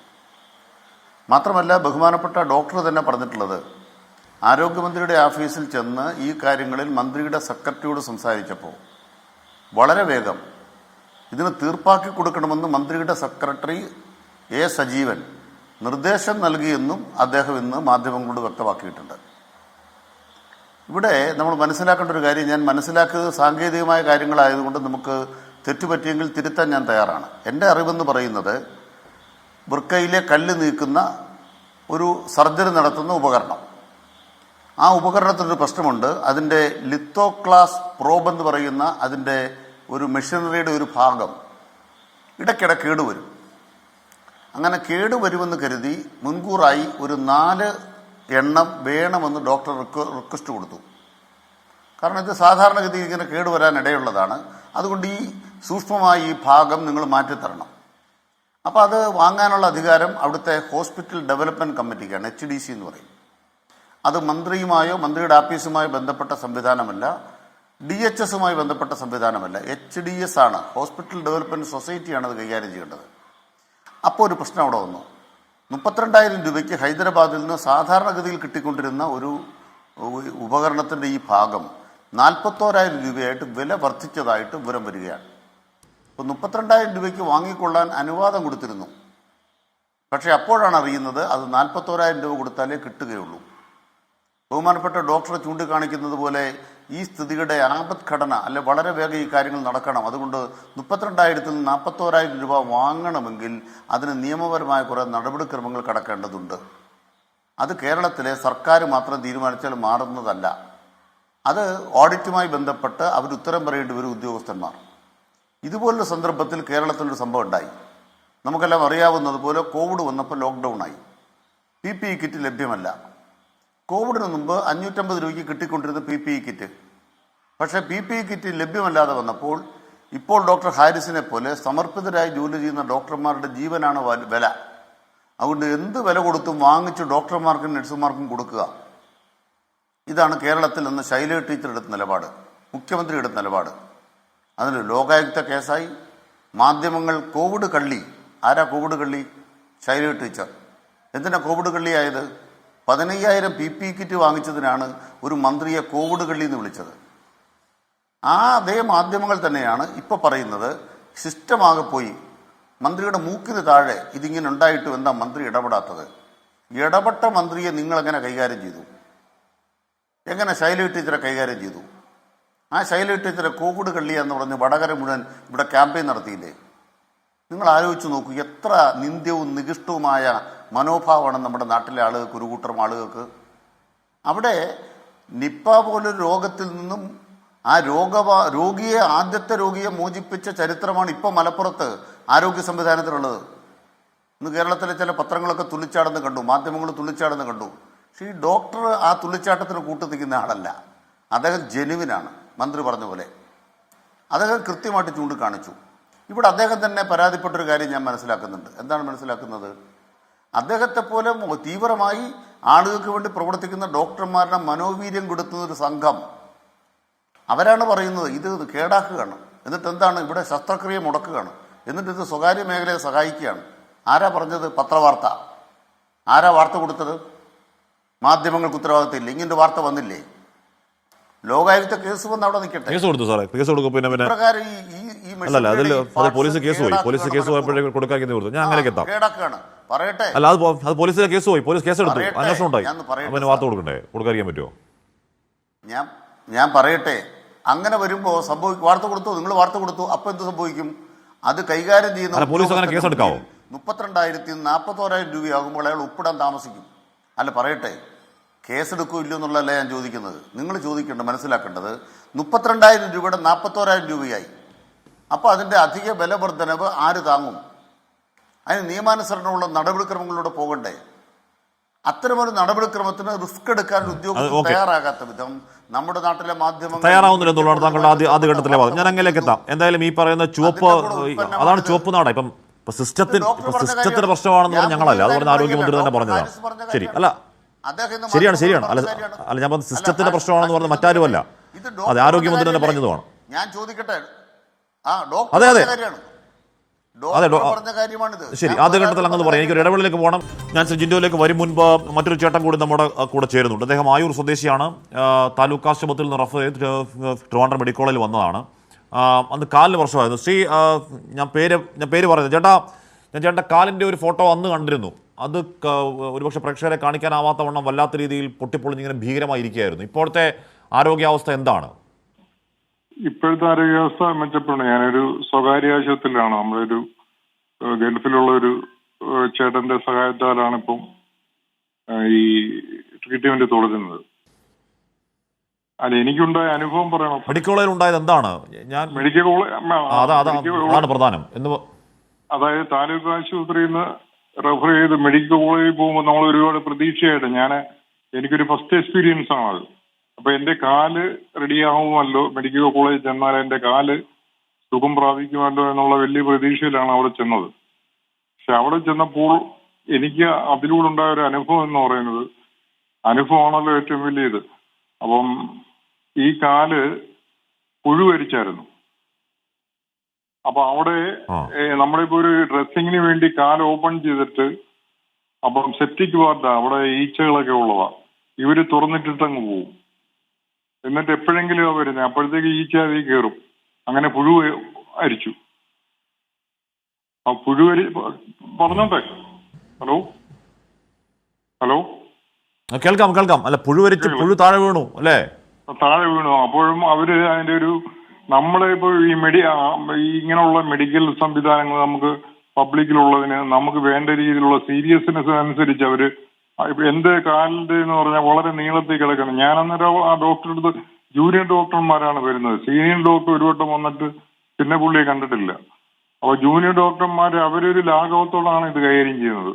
എന്നാൽ ഒരു മുറിവിന്റെ സീരിയസ്നെസ് അനുസരിച്ചോ ആ ഒരു സീരിയസ് അനുസരിച്ച് അവര് ആക്ഷൻ എടുക്കുന്നില്ല. തന്നെയല്ല, ഈ കാല് തുറന്നിട്ടിട്ട് മണിക്കൂറുകൾ കഴിഞ്ഞാണ് വരുന്നത്. അപ്പൊ എന്റെ വൈഫാ എന്റെ കൂടെ ഉണ്ടായിരുന്നത്. വൈഫ് സീരിയസ് ആയിട്ട് നിന്നപ്പോഴാണ് അവര് പുഴുവിനെ എടുത്തു തുടങ്ങിയത്. അപ്പം എന്നിട്ട് പിന്നെ അവിടെ നിന്ന് മാറി സ്വകാര്യ ആശുപത്രിയിൽ ആരുടെയോ സഹായത്തോടെ പോണ്ടി വന്നു. അല്ല, അന്ന് രാത്രി തന്നെ. അപ്പൊ അവര് വേറെ അതിനേക്കാളുപരി ഞാനൊരു ഈ കാല് രക്ഷപ്പെടുത്താൻ ആഗ്രഹിച്ചു പോയ രോഗിയാണ്. അപ്പം എന്റെ അടുത്ത് ഒരു ജൂനിയർ ഡോക്ടർ പറയുകയാണ് കാല് മുറിച്ചേ പറ്റുമെന്ന്. ഇവര് ഇപ്പം നമ്മുടെ മെഡിക്കൽ സംവിധാനം ഒക്കെ വളരെ വളരെ ലോ ലെവലാണെന്ന് എനിക്ക് അന്നേരമാണ് മനസ്സിലാവുന്നത്. കാരണം മെച്ചപ്പെട്ട ചികിത്സ കിട്ടുമെന്ന് പ്രതീക്ഷിച്ച് വലിയ ഹോസ്പിറ്റലിൽ പോകുന്ന ഇതൊന്നും ഒരു ശാശ്വത പരിഹാരമല്ല. രക്ഷപ്പെടണമെങ്കിൽ കാശുള്ളവനെ പറ്റൂ. അവൻ സ്വകാര്യ ആശുപത്രിയിൽ പോയി രക്ഷപ്പെടണം. അല്ലാതെ പാമ്പ് പിടിച്ചവന്റെയൊക്കെയാണെ കാല് മുറിക്കാനേ പറ്റൂ. ഇവർക്ക് വളരെ ലാഘവത്തോടാണ് എൻ്റെ അടുത്ത് പറഞ്ഞത് കാല് മുറിക്കേണ്ടി വരുമെന്ന്. അപ്പോൾ എന്റെ വൈഫ് എങ്ങനെങ്കിലും എന്റെ കാല് രക്ഷപ്പെടുത്തണം എന്നുള്ളൊരു ചിന്തയോടെ അന്ന് തന്നെ അവിടുന്ന് ആംബുലൻസ് വിളിച്ച് വേറൊരു ഹോസ്പിറ്റലിലോട്ട് വന്നത്. അപ്പൊ ഇതൊക്കെ വെറും കാവട്ടി എന്ന് ഇപ്പൊ എങ്ങനെയുണ്ട് ചേട്ടാ? ഏഹ് ഇപ്പൊ ആ കാലിന്റെ അവസ്ഥ എങ്ങനെയാണ്? ഞാൻ അങ്ങയുടെ ഞാൻ താങ്കളുടെ കാലിന്റെ ചിത്രം കാണുന്നത് എന്നാണ് കുറെ നാൾ മുമ്പാണ്. അപ്പോൾ കാണുമ്പോൾ പേടിയാവുന്ന രീതിയിൽ അതിഭീകരമായ രീതിയിൽ ഒറ്റ നോട്ടം മാത്രം നോക്കാൻ പറ്റുന്ന രീതിയിൽ അവസ്ഥയായിരുന്നു ആ കാല്. ഇപ്പൊ അതിൽ നിന്നും ഭേദമായി തോന്നുന്നു അല്ലേ? ഭേദമായി വരുന്നു. ഓക്കെ, എത്രയും പെട്ടെന്ന് ഭേദമാവട്ടെ, എഴുതി നടക്കാൻ കഴിയട്ടെ ചേട്ടാ. Thank you. ജിൻഡോ, ഇതൊക്കെ വേണമെങ്കിൽ ഒറ്റപ്പെട്ട സംഭവങ്ങൾ തന്നെയാണെന്ന് പറയാം. ഇതൊക്കെ നമ്മുടെ മെഡിക്കൽ കോളേജ് സംവിധാനങ്ങളെ അങ്ങോട്ടേക്ക് ചികിത്സ തേടിയെത്തുന്ന ആയിരക്കണക്കിനായ രോഗികൾക്കിടയിൽ ഉണ്ടാകുന്ന ചെറിയ സംഭവം, ചെറിയതെന്ന് ഞാൻ ഉദ്ദേശിക്കുന്നത് ഞാൻ പറയുന്നില്ല. പക്ഷേ ഇതൊക്കെ പരിമിതികളാണ്. ഡോക്ടർ ഹാരിസ് ഹസൻ എന്ന് പറയുന്ന ഒരു ദീർഘനാൾ സർവീസുള്ള ഈ പറയുന്ന രോഗികൾക്ക് വേണ്ടി ജീവിതം ഒഴിഞ്ഞു വെച്ച, ഗൾഫിൽ 5 ലക്ഷം രൂപയ്ക്ക് ജോലി ചെയ്തുകൊണ്ടിരിക്കെ ഇവിടെ ഡോക്ടർമാർ കുറവാണ് എന്ന് കെ ശൈലജ പറയുന്നത് കേട്ട് വീണ്ടും ഇങ്ങോട്ട് ആദ്യം ഇവിടെ വർക്ക് ചെയ്തു, അതിനുശേഷം എന്തോ ആവശ്യത്തിന് ഗൾഫിൽ പോയി വർക്ക് ചെയ്തു. അപ്പോൾ ഈ വലിയ ശമ്പളത്തിന് ഇപ്പോഴൊന്നും കുറേ വർഷം മുന്നേ വലിയ ശമ്പളം ജോലി ചെയ്തുകൊണ്ടിരുന്ന ആൾ 30,000 രൂപയ്ക്ക് ബാക്ക് ടു കേരളത്തിലേക്ക് വന്ന ആളാണ്. അപ്പോൾ അദ്ദേഹത്തിൻ്റെ പ്രതിബദ്ധതയുണ്ടല്ലോ. ആ പ്രതിബദ്ധത തുറന്നു പറയുന്ന കാര്യമടക്കം അവിടെ പിഴവുകൾ തിരുത്തപ്പെടണം എന്ന രീതിയിൽ അഡ്രസ്സ് ചെയ്യപ്പെടുകയാണോ വേണ്ടത്? അതോ ഇത് ആരാണ്ടൊക്കെയോ നശിപ്പിക്കാനോ ആരാണ്ടൊക്കെയോ ഇല്ലാതാക്കാനോ ആരോഗ്യ കേരളത്തിൻ്റെ പെരുമ കളയാനൊക്കെ ആരോഗ്യം ഉണ്ടാക്കിയെടുക്കുന്ന ഗൂഢാലോചന, മാധ്യമ വാർത്തകൾ എന്നൊക്കെയാണോ അതിൽ കാണേണ്ടത്? ശ്രീ ജിൻഡോ. ഹാഷ്മി, കേരളത്തിലെ സർക്കാർ ആശുപത്രികളുടെ അവസ്ഥ നമ്മൾ ചാനൽ ചർച്ചയിൽ ചെയ്യുമ്പോഴോ അല്ലെങ്കിൽ മാധ്യമങ്ങളിലൂടെ വരുന്ന റിപ്പോർട്ടുകൾക്കപ്പുറം കേരളത്തിലെ മുഴുവൻ മനുഷ്യർക്കും ആശുപത്രികളിൽ ചെന്നാൽ കാണാവുന്ന കാര്യമാണ്. അപ്പോൾ അതിന് നമ്മൾ അതിവൈകാരികമായിട്ട് കാണുക, അതിഭാവുകത്വത്തോടെ കാണേണ്ട കാര്യമില്ല. യാഥാർത്ഥ്യം ഇതിൽ ഈ ഡോക്ടർ പറഞ്ഞ കാര്യങ്ങളിലുണ്ട്. അതിലൊരു തെറ്റും അദ്ദേഹത്തിൻ്റെ ഭാഗത്ത് പറയാൻ പറ്റില്ല. ഈ സർക്കാർ ആശുപത്രികളെ കുറിച്ചിട്ട് ഞാൻ വ്യക്തിപരമായി ജീവിതത്തിൽ ഒരിക്കൽ ഒഴിച്ച് ബാക്കി മുഴുവൻ സമയവും നാളിതുവരെ എൻ്റെ ഓർമ്മയിൽ ഞങ്ങൾ സർക്കാർ ആശുപത്രിയിൽ മാത്രം പോകുന്ന ഒരാൾ. ഒരിക്കൽ മാത്രം ഒരു സർജറിക്ക് മാത്രം സ്വകാര്യ ആശുപത്രിയിൽ പോയി. അതുകൊണ്ട് സർക്കാർ ആശുപത്രികൾ മുഴുവൻ മോശമാണെന്നുള്ള അഭിപ്രായമില്ല. കേരളത്തിലെ സാധാരണക്കാരുടെ അവസാന ഇടമാണ് സർക്കാർ ആശുപത്രി എന്നുള്ള പൂർണ്ണ ബോധ്യത്തോടെയാണ് ഈ ചർച്ചയിൽ ഞാൻ പങ്കെടുക്കുന്നത്. പക്ഷേ ഈ സർക്കാർ ആശുപത്രികളിലെ സംവിധാനങ്ങളെ കുറിച്ചിട്ടാണ് കേരളത്തിൻ്റെ മുഖ്യമന്ത്രി ഒരു 4 മാസം മുമ്പ് പറഞ്ഞത് അതിസമ്പന്നന്മാർ ചികിത്സയ്ക്ക് ക്യൂ നിൽക്കുന്ന സർക്കാർ ആശുപത്രിയെന്ന്. ഈ അതിസമ്പന്നന്മാർ ചികിത്സയ്ക്ക് ക്യൂ നിൽക്കുന്ന സർക്കാർ ആശുപത്രിയിലെ ദുര്യോഗങ്ങളെ കുറിച്ചിട്ടാണ് ഡോക്ടർ ഹാരിസ് ചിറക്കൽ എഴുതിയത്. അവസാനം അദ്ദേഹത്തിൻ്റെ വീട്ടിൽ പോലീസ് റെയ്ഡ് ചെയ്യുന്നു. അവസാനം അദ്ദേഹത്തിന് പതിവിൽ കഴിഞ്ഞ സാധാരണ ഒരു സർക്കാർ ഉദ്യോഗസ്ഥന് കിട്ടുന്നതിൽ കവിഞ്ഞ ഒരു പിന്തുണ പൊതുസമൂഹത്തിൻ്റെ ഭാഗത്തുനിന്ന് കിട്ടുന്നു. അദ്ദേഹത്തിൻ്റെ രാഷ്ട്രീയത്തിനപ്പുറം അദ്ദേഹം ഉന്നയിച്ച വിഷയത്തിൻ്റെ ക്ലാരിറ്റി കൊണ്ട് അദ്ദേഹത്തിന് പിന്തുണ കിട്ടുമ്പോൾ മന്ത്രി പോലും നിലപാട് മാറ്റുന്നു. മന്ത്രി പറഞ്ഞത് എന്താ? സിസ്റ്റത്തിൻ്റെ ഫെയിലിയർ ആണെന്ന്. ഈ സിസ്റ്റം 9 വർഷമായിട്ട് ഭരിക്കുന്നത് പിണറായി വിജയൻ്റെ സർക്കാരാണ്. കഴിഞ്ഞ 4.5 വർഷത്തിലധികമായിട്ട് ഈ സിസ്റ്റത്തിൻ്റെ നേതൃത്വത്തിൽ ഇരിക്കുന്നത് വീണ ജോർജ് എന്ന് പറഞ്ഞ മന്ത്രിയാണ്. ഈ മന്ത്രി കഴിഞ്ഞ ദിവസം കേരളത്തിലെ ഒരു മുന്തിയ സർക്കാർ ആശുപത്രിയിൽ മിന്നൽ പരിശോധന നടത്തി. മരുന്നുകൾ എന്താ കിട്ടാത്തത് എന്ന് ചോദിച്ച് ഫാർമസിസ്റ്റിനെയൊക്കെ വിരട്ടുന്നു, കമ്പ്യൂട്ടർ പരിശോധിക്കുന്നു. അതിൻ്റെ ഉത്തരം മന്ത്രിക്ക് കിട്ടിയെങ്കിൽ അത് പൊതുസമൂഹത്തിന് മുമ്പിൽ അറിയിക്കണം. പഴയ മാധ്യമ പ്രവർത്തകയുടെ അതേ ചടുലതയോടെ അതേ കൗശലത്തോടെ മാധ്യമങ്ങളെ വിളിച്ച് മന്ത്രിയുടെ മിന്നൽ പരിശോധന നടത്തി. അതിൻ്റെ ഉത്തരം കൂടി നമ്മൾക്കറിയണം. അപ്പോഴേ ഇതിൻ്റെ യാഥാർത്ഥ്യം മനസ്സിലാവുള്ളൂ. ഈ സിസ്റ്റം ഫെയിലിയറിൻ്റെ പൂർണ്ണ ഉത്തരവാദിത്വം കേരളത്തിലെ ആരോഗ്യവകുപ്പ് മന്ത്രിയാണ് എന്ന് പറയുന്നതിന് ഒരു മടി നമ്മൾ വിചാരിക്കേണ്ട. കാരണം ഒന്ന്, ഇവർക്ക് കേരളത്തിലെ സാധാരണ മനുഷ്യരുമായിട്ടുള്ള കണക്ടിവിറ്റി നഷ്ടപ്പെട്ടു. അതിൻ്റെ ഭാഗമാണിത്. ഈ കേരളത്തിലെ സർക്കാർ ആശുപത്രിയിലെ ലിഫ്റ്റ് കേടാകുമ്പോൾ അതിൽ CPIയുടെ ലോക്കൽ സെക്രട്ടറി ആയിരുന്ന മനുഷ്യൻ 10-21 മണിക്കൂർ അതിൽ പെടുന്നത്. അയാളുടെ നല്ല ഭാഗ്യം കൊണ്ട് അയാൾ മരണപ്പെടാതെ രക്ഷപ്പെടുന്നു. ആംബുലൻസിൽ പീഡിപ്പിക്കപ്പെടുന്നു, ICUവിൽ പീഡിപ്പിക്കപ്പെടുന്നു. ICUവിൽ പീഡിപ്പിക്കപ്പെട്ട ആ പെൺകുട്ടിയോടൊപ്പം നിന്ന ഹെഡ് നഴ്സിനെ ഇടുക്കിയിലേക്ക് ട്രാൻസ്ഫർ ചെയ്തുകൊണ്ടാണ് സർക്കാർ മാതൃക കാണിച്ചത്. അവസാനം ഹൈക്കോടതി അനുകൂല ഉത്തരവുമായിട്ട് വന്നപ്പോൾ കോഴിക്കോട് മെഡിക്കൽ കോളേജിൻ്റെ വരാന്തയിൽ 6 ദിവസമാണ് ആ കസേരയിൽ ഇരുത്തിയത് ആ പാവപ്പെട്ട ഹെഡ് നഴ്സിനെ. ഇതാണ് ഇവരുടെ സ്ത്രീ സുരക്ഷ. ഇനി ഓരോന്നും നമ്മൾ നോക്കുക. മെഡിക്കൽ സർവീസ് കോർപ്പറേഷൻ മറവിൽ നടത്തിയ കോടിക്കണക്കിന് രൂപയുടെ അഴിമതി, ഏകദേശം 1600 കോടി രൂപയുടെ കാലാവധി കഴിഞ്ഞ മരുന്നുകൾ കേരളത്തിലെ സാധാരണക്കാരെ കൊണ്ട് തീറ്റിച്ചു എന്നാ പറയാ. അതായത് 5 രൂപയുടെ ചീട്ടെടുക്കുമ്പോൾ ബാക്കി കൊടുക്കാനില്ലാത്തത് കൊണ്ട് 10 രൂപ ഈടാക്കുന്ന കേരളത്തിലെ സർക്കാർ ആശുപത്രികളിൽ നിന്ന് കാലാവധി കഴിഞ്ഞ 1600ഓളം കോടി രൂപയുടെ മരുന്നുകൾ തീറ്റിച്ചു എന്നുള്ള റിപ്പോർട്ട് വരുന്നത് CAG റിപ്പോർട്ടിലാണ്. അത് ഏത് സമയത്താണ്? കോവിഡിൻ്റെ സമയത്ത്. ഇവിടെ അനിൽകുമാർ ഒരു കാര്യം കൂടി ഭംഗിയായിട്ട് ചെയ്തു. ഈ പറഞ്ഞ പർച്ചേസുമായി ബന്ധപ്പെട്ട കാര്യത്തെ കൂട്ടി കണക്ട് ചെയ്തുകൊണ്ട് PPE കിറ്റ്, മാസ്ക് അഴിമതി 1000 കോടി രൂപയുടെ KK ശൈലജയുടെ കാലത്ത് നടന്ന, കോവിഡിൻ്റെ കാലത്ത് നടന്ന അഴിമതിയെക്കുറിച്ച് പറയുന്നു. അപ്പോൾ എനിക്കൊരു ചോദ്യം അനിൽകുമാറിനോടുണ്ട്. അന്ന് പെട്ടെന്നൊരു തീരുമാനമെടുത്ത് PPE കിറ്റ്, മാസ്ക് ഒക്കെ മേടിക്കുന്നത് എങ്ങനെയാണ്? 500 രൂപയ്ക്ക് പബ്ലിക്കിൽ പൊതുമാർക്കറ്റിൽ കിട്ടുന്ന സാധനം നിങ്ങൾ സാധനങ്ങൾ 1500 രൂപയ്ക്ക് പർച്ചേസ് ചെയ്യുന്നു, പ്രത്യേക ഓർഡർ ഇട്ടുകൊണ്ട്. അതിനേക്കാൾ എളുപ്പത്തിൽ സാധിക്കുന്നതല്ലേ ഈ ശസ്ത്രക്രിയ ഉപകരണങ്ങൾ? നിങ്ങൾ ഒരാഴ്ച എടുത്തോ അല്ലെങ്കിൽ ഒരു മാസം എടുത്തോ, എന്നിട്ട് മാസങ്ങളായിട്ടുള്ള ഈ പരാതിയിൽ നിങ്ങൾക്ക് ഒരു തീരുമാനം എടുക്കാൻ പറ്റുന്നില്ലെങ്കിൽ ആ സിസ്റ്റം ഫെയിലിയറും പണ്ട് PPE കിറ്റിന് പർച്ചേസിന് പ്രത്യേക താല്പര്യമെടുത്ത ആ സിസ്റ്റം എഫിഷ്യൻസിയും അത് സംശയിക്കപ്പെടേണ്ടതാണ് അനിൽകുമാറെ. ഇനി ഒരു കാര്യം കൂടി ചോദിക്കട്ടെ, കുട്ടികളുടെ ആശുപത്രിയിൽ വെണ്ണും പാലിനും കുടിശ്ശിക കൊടുക്കാനില്ലാത്തത് കൊണ്ട് ആ പരിപാടി അങ്ങ് നിർത്തലാക്കി എന്നുള്ള വാർത്ത നമ്മൾ കണ്ടില്ലേ? ഞാൻ പറഞ്ഞ മുഴുവൻ കാര്യങ്ങളും 24 ഉൾപ്പെടെയുള്ള കേരളത്തിലെ ദൃശ്യമാധ്യമങ്ങളിൽ, പത്രമാധ്യമങ്ങളിൽ കഴിഞ്ഞ കുറെ കാലങ്ങളായിട്ട് റിപ്പോർട്ട് ചെയ്യപ്പെട്ട വസ്തുതകൾ മാത്രമാണ്. അത് നമ്മൾ നേരിട്ട് അനുഭവിക്കുന്ന കാര്യങ്ങളാണ്. ഇവിടെ കാരുണ്യ ചികിത്സാ പദ്ധതി നിർത്തലാക്കപ്പെട്ടിരിക്കുന്നു. 1200 കോടി രൂപയാണ് അതിൽ മരുന്ന് കമ്പനികൾക്കും ഇൻഷുറൻസ് കമ്പനികൾക്കും സ്വകാര്യ ആശുപത്രികൾക്കൊക്കെ കൊടുക്കാൻ കുടിശ്ശികയുള്ളത്. മരുന്ന് കമ്പനികൾക്ക് കോടിക്കണക്കിന് രൂപ കൊടുക്കാനുള്ളപ്പോഴും സൂര്യോദയ ബഡ്ജറ്റ് അവതരിപ്പിച്ചുകൊണ്ട് ലോക സമാധാനത്തിന് 2 കോടി രൂപ മാറ്റിവെക്കുന്ന സർക്കാരാണ് കേരളത്തിലുള്ളത്. ഇവിടെ യാതൊരു സാമ്പത്തിക പ്രതിസന്ധിയും അതിനു മുമ്പ് ഞാൻ അങ്ങനെയൊക്കെ എത്താം. എം എൻ കാരശ്ശേരി, ഇവിടെ ഡോക്ടർ ഒരു സെറ്റ് ഓഫ് പ്രശ്നങ്ങൾ ഉന്നയിക്കുന്നു. ആ ഉന്നയിക്കുന്നതിൻ്റെ കാരണങ്ങൾ ഈ പറയുന്ന അദ്ദേഹത്തിൻ്റെ ഇപ്പോൾ അദ്ദേഹം ഡോക്ടറാണ്, ചികിത്സിക്കേണ്ട ആളാണ്, അല്ലാതെ അഡ്മിനിസ്ട്രേറ്റർ അല്ല. അഡ്മിനിസ്ട്രേറ്റർ പണിയടക്കം സ്വയം എടുത്തുകൊണ്ട് ഈ പറയുന്ന മുട്ടാവുന്ന വാതിൽ മന്ത്രിയുടെ ഓഫീസിലടക്കം പോയി ഇവിടുത്തെ സജീവൻ എന്താ പ്രൈവറ്റ് സെക്രട്ടറി അടക്കം കാര്യങ്ങൾ ബോധ്യപ്പെടുത്തിയിട്ടും ഒരു ചുക്ക് നടക്കുന്നില്ല എന്നുകൊണ്ടാണല്ലോ എന്താ ഡോക്ടർക്ക് അത് പുറത്ത് പറയേണ്ടി വരുന്നത്. ചെമ്മൻ കാരശ്ശേരി ഉടൻ തന്നെ DME വന്ന് പറയുന്നത് അങ്ങനെ ഒന്നും ഇല്ല എന്നാണ് പറയുന്നത്. എന്തോ നാണം കെടുത്താനുള്ള നീക്കം എന്ന തരത്തിലാണ് DMEയുടെ പ്രതികരണം.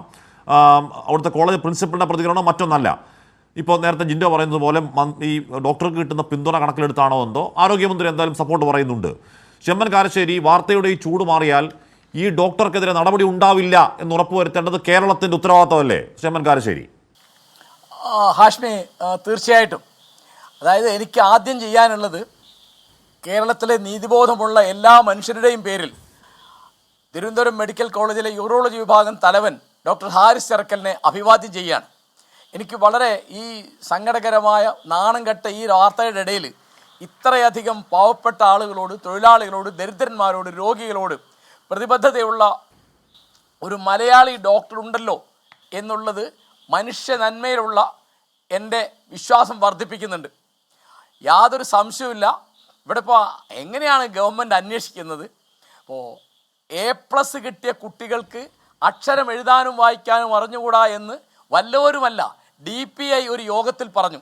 ആ വാർത്ത പുറത്തു വന്നപ്പോൾ ഗവൺമെൻറ്, വിദ്യാഭ്യാസ മന്ത്രി ബഹുമാനപ്പെട്ട ശിവൻകുട്ടി എന്താ ചെയ്യേണ്ടത്? അത് സത്യമാണെന്ന് അന്വേഷിക്കാൻ വളരെ എളുപ്പമാണ്. അദ്ദേഹത്തിൻ്റെ അയൽവക്കത്തുള്ള A+ കിട്ടിയ ഒരു കുട്ടിയെ വിളിച്ചിട്ട് ഏതെങ്കിലും 4 മലയാള വാക്ക് എഴുതാൻ പറഞ്ഞ ഒരു കേട്ടെഴുത്ത് കൊടുത്താൽ മനസ്സിലാവും. അന്വേഷിച്ചത് എന്താണെന്നറിയോ? ആ യോഗത്തിൽ DPIയുടെ ഈ സംഭാഷണം ചോർത്തിയതായിരുന്നാണ് അന്വേഷിച്ചത്. എങ്ങനെയുണ്ട് അന്വേഷണം? അപ്പോൾ നമ്മുടെ ഉദ്യോഗസ്ഥന്മാർ ഇപ്പോൾ ആ DPIയുടെ പ്രതിബദ്ധത എന്നുള്ളത് ഒരു ഉദ്യോഗസ്ഥൻ്റെ പ്രതിബദ്ധതയാണ്. അതിനേക്കാൾ പ്രതിബദ്ധത വേണ്ടതാണ് വിദ്യാഭ്യാസ മന്ത്രിക്ക് അല്ലെങ്കിൽ ഒരു MLAക്ക്.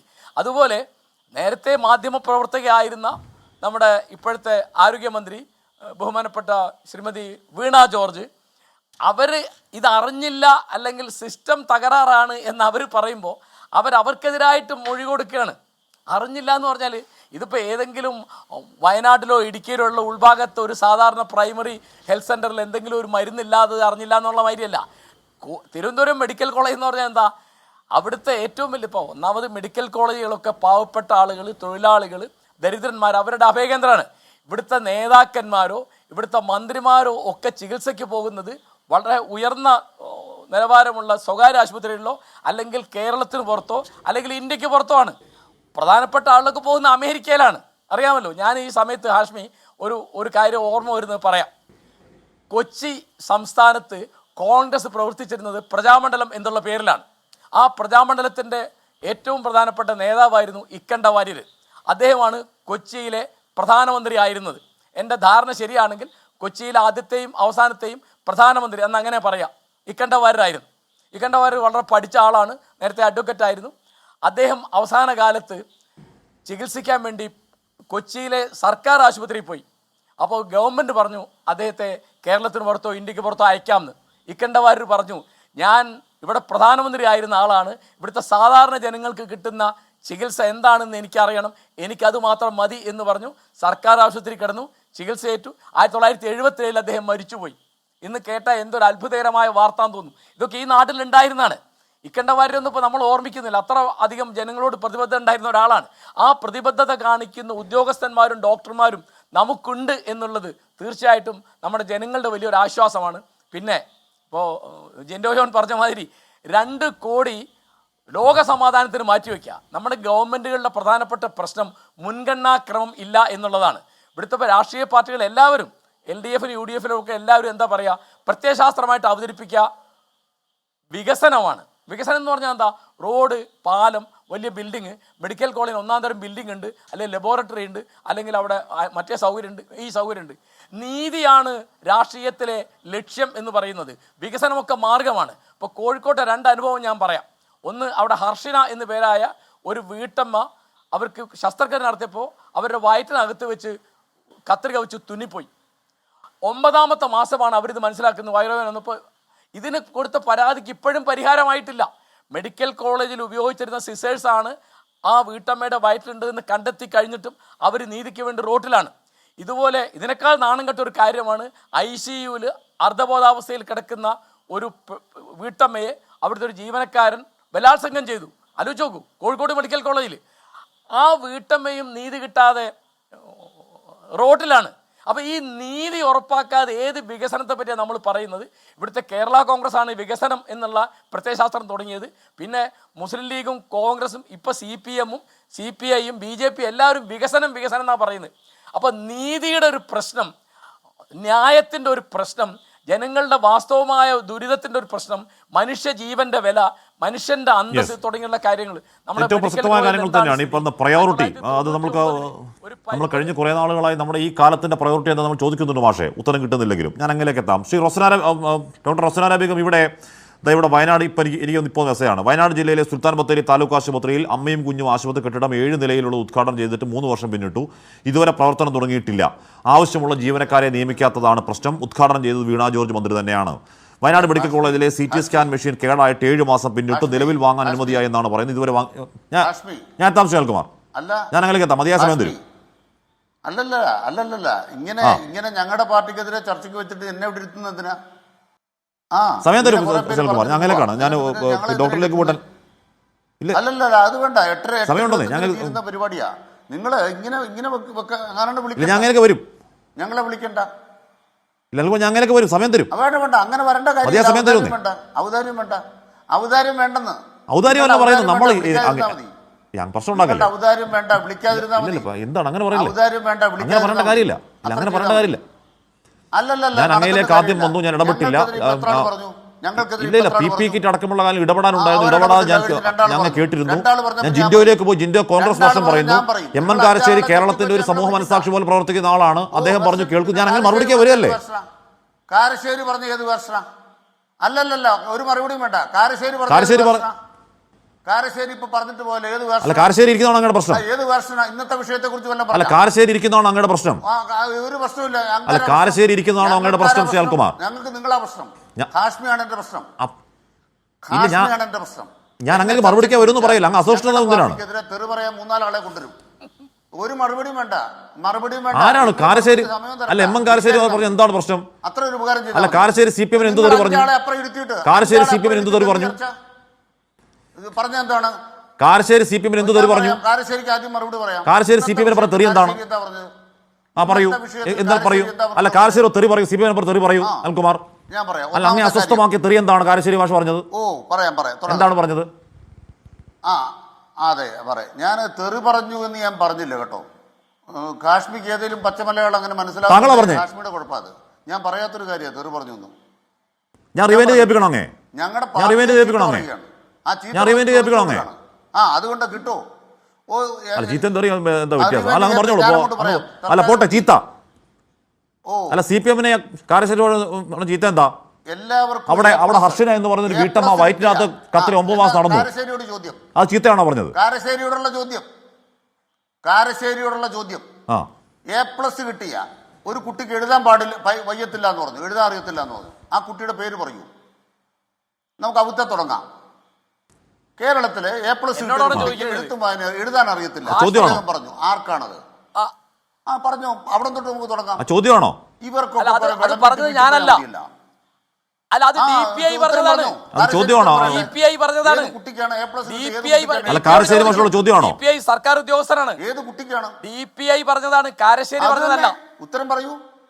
DPIയോട് ചോദിക്കൂ. നിങ്ങളല്ലേ ചോദിക്കേണ്ടിയിരുന്നത്? അദ്ദേഹം നിങ്ങളുടെ ശമ്പളം പറ്റുന്ന ഒരാളാണ്, ഗവൺമെന്റിന്റെ ശമ്പളം പറ്റുന്ന ഒരാളാണ്.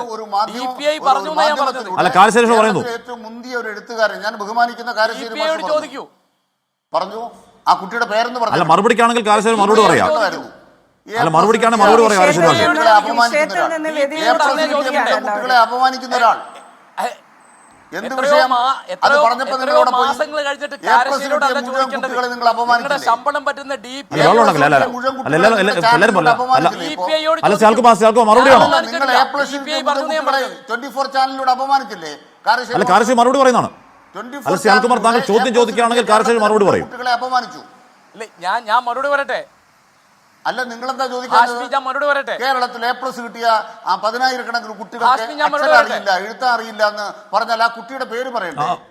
ബാക്കി എല്ലാ കുട്ടികളും അപ്പൊ രക്ഷപ്പെടൂലേ? ശ്യാൽകുമാർ, കാരശ്ശേരി മാഷ് മറുപടി ഉണ്ട്. അല്ല, താങ്കൾക്ക് മറുപടി കേൾക്കണമെങ്കിൽ കാരശ്ശേരി മാഷ് മറുപടി ഉണ്ട്. എനിക്ക് മറുപടി ഉണ്ട്. പറഞ്ഞോട്ടെ, അതിനാദ്യം മറുപടി പറ. ആ കുട്ടിയുടെ പേര് പറയണം, വേറെ വർത്താനം പറയരുത്. സംസ്കൃതം വേണ്ട, മലയാളത്തിൽ പറയൂ. അല്ല, ഓക്കെ, കാരശ്ശേരി മാഷ് മറുപടി. ഞാൻ സംസ്കൃതം അറിയുന്ന ആളല്ല അനിൽകുമാർ. നിങ്ങൾ വിഷയം മാറ്റാനോ എന്നെ പരിഹസിക്കാനോ ആണെങ്കിൽ ഞാൻ മിണ്ടാതിരിക്കാം. DPI പറഞ്ഞ ഒരു കാര്യം ഉദ്ധരിക്കുകയാണ് ഞാൻ ചെയ്തത്. DPIയോട് എന്തുകൊണ്ട് ചോദിച്ചില്ല? നിങ്ങൾ ഈ ചോദ്യം DPIയോടാണ് ചോദിക്കണം, എന്നോടാണ് ചോദിക്കുന്നത്. ഞാനൊരു അധ്യാപകനാണ്, ഞാൻ സർവീസിലല്ല. ആ DPI ഇപ്പോഴും സർവീസിലുണ്ട്. എന്തുകൊണ്ട് നിങ്ങൾ അദ്ദേഹത്തോട് ചോദിക്കുന്നില്ല? മന്ത്രി എന്തുകൊണ്ട് അദ്ദേഹത്തോട് ചോദിച്ചില്ല? മന്ത്രി എന്തുകൊണ്ട് ആ സംഭാഷണം പുറത്തേക്ക് കൊടുത്ത ആളെ അന്വേഷിക്കുക? ഏതെങ്കിലും A+ കിട്ടിയ കുട്ടിക്ക് എഴുത്തും വായന അറിയാതെ ചോദിക്കണം. 24 ചാനലിലെ ചർച്ചയിൽ കാരശ്ശേരി മറുപടി പറയുന്ന ഒരു ചോദ്യമല്ല. ശമ്പളം പറ്റുന്ന DPI മറുപടി പറയേണ്ട കാര്യമാണ്. അക്ഷരം കൂട്ടി വായിക്കാൻ അറിയാത്തവർക്ക് പോലും A+ കുട്ടികളോട് ചെയ്യുന്ന ചതിയാണ് എന്ന് പറഞ്ഞത് പൊതുവിദ്യാഭ്യാസ ഡയറക്ടറാണ് കേൾക്കുമാർ. അപ്പൊ അങ്ങനെയാണെങ്കിൽ പൊതുവിദ്യാഭ്യാസ ഡയറക്ടറെ പുറത്താക്കുമോ? എഴുത്തറിയാത്ത കുട്ടികളാണ് നിങ്ങൾ ഭർഷിക്കുന്നത്. അഡ്വക്കേറ്റ് കേൾക്കുമാർ, അക്ഷരം കൂട്ടി വായിക്കാൻ അറിയാത്തവർക്ക് പോലും A+ എന്ന് പറഞ്ഞ പൊതുവിദ്യാഭ്യാസ ഡയറക്ടറെ പുറത്താക്കിയോ? കേട്ടില്ലല്ലോ. അല്ലല്ല, ഇത് പറയൂ. അക്ഷരം കൂട്ടി വായിക്കാൻ അറിയാത്തവർക്ക് പോലും A+ എന്ന് പറഞ്ഞ പൊതുവിദ്യാഭ്യാസ ഡയറക്ടറെ പുറത്താക്കിയോ ഈ സർക്കാർ? അദ്ദേഹം പറഞ്ഞതാണ്. അദ്ദേഹത്തെ ശബ്ദരേഖ പുറത്തു വന്നതാണ്. അദ്ദേഹത്തിന്റെ ശബ്ദരേഖ പുറത്തു വന്നതാണ്. അദ്ദേഹത്തിന്റെ ശബ്ദരേഖ പുറത്തു വന്നല്ലേ? അതിൽ വിദ്യാഭ്യാസം. അയ്യോ, എന്റെ അനിൽകുമാറെ വെറുതെ മുട്ടാപ്പോക്ക് പറയല്ലേ? അനിൽകുമാർ വെറുതെ ഉടക്കിടാൻ വേണ്ടി മുട്ടാപ്പോക്ക് പറയല്ലേ?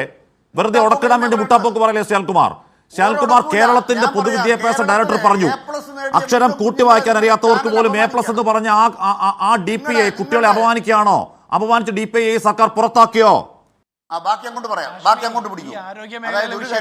അനിൽകുമാറിന്റെ വിവരക്കേടുള്ള മറുപടി പറഞ്ഞ് നമ്മൾ സമയം കളയാതെ. അനിൽകുമാറിന് ഇത് സ്ഥിരം പരിപാടിയാണ്. അദ്ദേഹം പത്രങ്ങൾ ഇടവേള. ഡോക്ടർ റോഷനാനെ ഞാൻ ചോദിച്ചു വന്നത്, ഇത് ട്രിവാൻഡ്രത്തെ മാത്രം പ്രശ്നമല്ല. ഇപ്പോൾ വയനാട് എനിക്കിപ്പോൾ അയച്ച മെസ്സേജ് അടക്കം നമ്മൾ രാവിലെ എല്ലാ മെഡിക്കൽ ഇപ്പോൾ എല്ലായിടത്തും പ്രശ്നമുണ്ട്. അത് ഏറ്റവും നന്നായി പറയാൻ അറിയാവുന്ന ഡോക്ടർ ഹാരിസിനെ പോലെയുള്ള ഡോക്ടർമാർക്ക് തന്നെയാണ്. ഭയക്കാതെ ഡോക്ടർമാർ പുറത്തു വന്ന് കാര്യങ്ങൾ തുറന്നു പറയുക എന്നതല്ലേ കരണീയം? 1. 2, ഡോക്ടർ ഹാരിസിനെ നിങ്ങൾ ഏതർത്ഥത്തിൽ സപ്പോർട്ട് ചെയ്യുകയും വേണം ഡോക്ടർ റസ്നാന ബീഗം? ഹാരിസ് സാറിന് ഞങ്ങളുടെ പൂർണ്ണമായ പിന്തുണ എല്ലാ കാര്യങ്ങളിലും ഉണ്ട്. പിന്നെ നേരത്തെ കാരശ്ശേരി മാഷ് സൂചിപ്പിച്ച പോലെ സാറിൻ്റെ സിൻസിയറിറ്റിയും സാറിൻ്റെ ഇതിനും ഒരു സല്യൂട്ട് കൊടുത്തിരുന്നു. ഇതുപോലെയുള്ള ആയിരക്കണക്കിന് ഡോക്ടർമാരുൾപ്പെടെയുള്ള ആരോഗ്യ പ്രവർത്തകരുടെ പ്രവർത്തനമാണ് കേരളത്തിലെ ആരോഗ്യ മേഖലയെ മാറി വരുന്ന സർക്കാരുകൾക്കിടയിലും എന്ത് പ്രശ്നങ്ങൾ വന്നാലും പിടിച്ചു നിർത്തുന്നത് അവരുടെ ആത്മാർത്ഥതയും വർക്കും തന്നെയാണ്. അപ്പോൾ അവർക്കാകട്ടെ എൻ്റെ ആദ്യത്തെ സല്യൂട്ട്. പിന്നെ ഈ വിഷയം, അതായത് നമ്മുടെ ഡെഫിഷ്യൻസീസ്, കേരളത്തിലെ ആരോഗ്യ മേഖലയെ ഒന്നടങ്കം അടച്ചാക്ഷേപിക്കാനുള്ള ഒരു വേദിയല്ല ഇത്.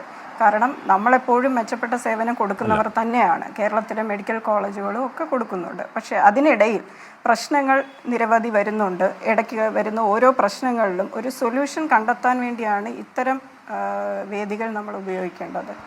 അപ്പോൾ ഇവിടെ ഹാരിസ് സാറ് ഒരു പ്രശ്നം ഉന്നയിച്ചു. ഇതുപോലെ നിരവധി പ്രശ്നങ്ങൾ, നിരവധി HODമാർ പർച്ചേസുമായി ബന്ധപ്പെട്ടും മെയിൻ്റനൻസുമായിട്ട് ബന്ധപ്പെട്ടും ഒക്കെ പല രീതിയിലും അവർ ഓരോ സമയത്തും കൃത്യമായി അവർ അറിയിക്കുന്നുണ്ട്. അപ്പോൾ ഇതിൽ 2 ഘടകങ്ങളാണുള്ളത്. ഒന്ന്, ഫയലുകളുടെ മൂവ്മെൻറ്റ്സിലുള്ള ഒരു ഡിലേ. അപ്പോൾ അത് ഉദ്യോഗസ്ഥ തലത്തിലും അല്ലാതെയുമുള്ള ഡിലേ വരുന്നുണ്ട്. അതോടൊപ്പം തന്നെ ഫണ്ടിൻ്റെ അപര്യാപ്തതയും ഒരു പ്രശ്നം തന്നെയാണ്. പല പല സ്കീമുകളിലും ഉൾപ്പെടുത്തിയാണ് പല ചികിത്സകളും നമ്മൾ നടത്തുന്നത്. അപ്പോൾ അതിൻ്റെ പോലും ഫണ്ടുകൾ കോടിക്കണക്കിന് രൂപ പല മെഡിക്കൽ കോളേജുകൾക്കും ഹെൽത്ത് സ്ഥാപനങ്ങൾക്കും കിട്ടാനുണ്ട്. അപ്പോൾ അത് എത്രയും പെട്ടെന്ന് അത് കുറച്ചെങ്കിലും അവർക്ക് ലഭ്യമാക്കിയാൽ തന്നെ പല കാര്യങ്ങളിലും ഇങ്ങനെയുള്ള പ്രയോറിറ്റൈസ് കുറച്ച് സമയം കിട്ടിയുള്ളൂ. നമുക്ക് വിശദമായി വിഷയം ചർച്ച ചെയ്യാം. ശ്യാൽകുമാർ, താങ്കൾ എന്നോട് ഈ പറയുന്ന പൊതുവിദ്യാഭ്യാസ ഡയറക്ടറുടെ വാക്കുകൾ കേട്ടോ എന്ന് താങ്കൾ ചോദിച്ചിരുന്നു. ഞാൻ വാക്കുകൾ കേട്ടതാണ്, ഞാൻ ഒന്ന് കേൾപ്പിച്ചു തരാം.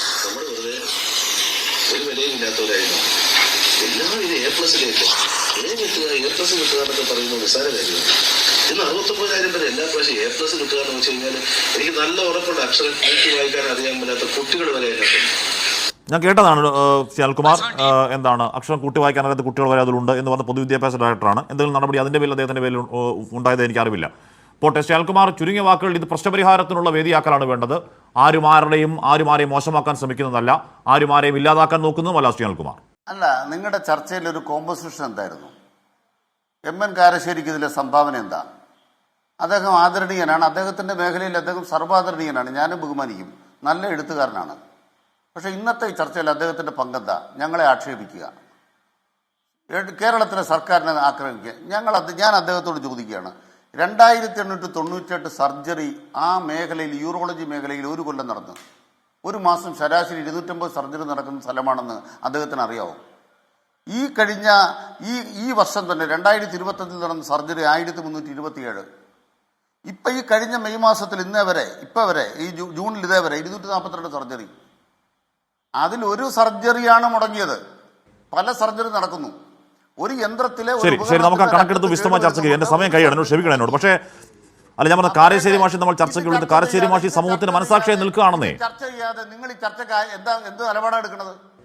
എന്താണ് ഇത് ചർച്ച ചെയ്യാതെ? ഒന്നുമില്ലാന്ന് എന്താ കാരശ്ശേരി മാഷ് പറഞ്ഞ എന്തുകൊണ്ടാണ് എന്നുള്ളതും അത് അവാസ്തവമല്ലെന്നും DPI അങ്ങനെ പറഞ്ഞിട്ടില്ല അങ്ങ് പറഞ്ഞു. ഞാൻ ആ DPIയുടെ വാക്കുകൾ അങ്ങ് കേൾപ്പിച്ചു, അങ്ങ് ആ DPI വിട്ടു. പോട്ടെ, നമ്മുടെ സമയം കഴിയാണ്, അതുകൊണ്ടാണ്. ശരി, നമ്മുടെ സമയം കഴിയാണ്. അങ്ങ് തന്നെയാണ് ഇടപെട്ട് ആ കാര്യത്തിൽ കൊണ്ടുവന്ന് വിഷയം DPIയിലോട്ട് കൊണ്ട് ഇപ്പോൾ വിട്ടേക്കോ.